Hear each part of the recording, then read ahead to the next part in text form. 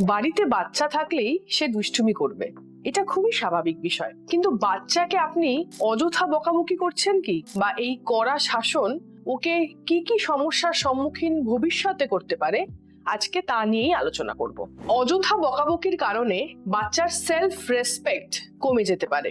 বাচ্চা self confidence বা নিজের প্রতি তার আত্মবিশ্বাস শেষ হয়ে যেতে পারে, ভেঙে যেতে পারে, যার কারণে ভবিষ্যতের যে কোনো সম্পর্কের ওপর তার আস্থা হারিয়ে যেতে পারে। বাবা মার প্রতি সম্মান বা নিজের আত্মসম্মান বোধ খর্ব হয়ে যেতে পারে। আপনার বাচ্চাকে আপনি যখন মারছেন বা অযথা বকাবকি করছেন, সে কিন্তু এটি অনুকরণ করছে। হতে পারে ভবিষ্যতের দিনে বাচ্চারা কিন্তু বড়দের বিহেভিয়ারকে অনুকরণ করে, অর্থাৎ নকল করে।